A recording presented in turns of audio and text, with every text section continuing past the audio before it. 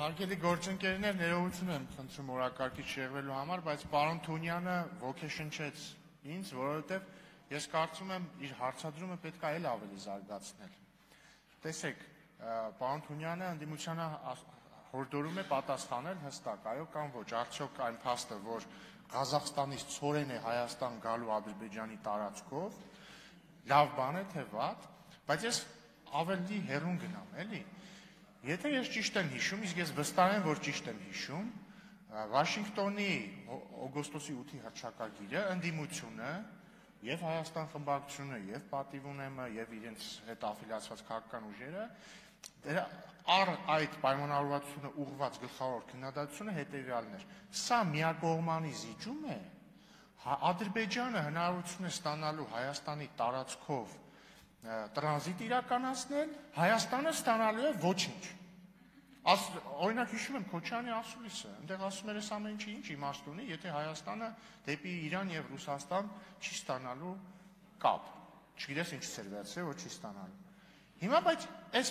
միակողմանի զիջելը ո՞նց է արտահայտվում, նենց որ առաջինը դեպի Հայաստան կարողանում ենք Ղազախստանից ցորեն ներկրել, հա։ Դա միակողմանի զիջում է մեր կողմից։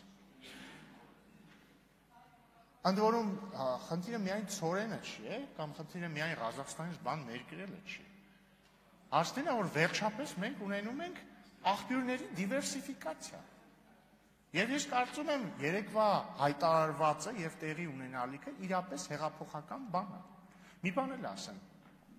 Ընդդիմադիր լրատվամիջոցները սիրում են ցանկացած արտահայտություն Ադրբեջանից հնչող, որը ապակառուցողական է, տիրաժավորել։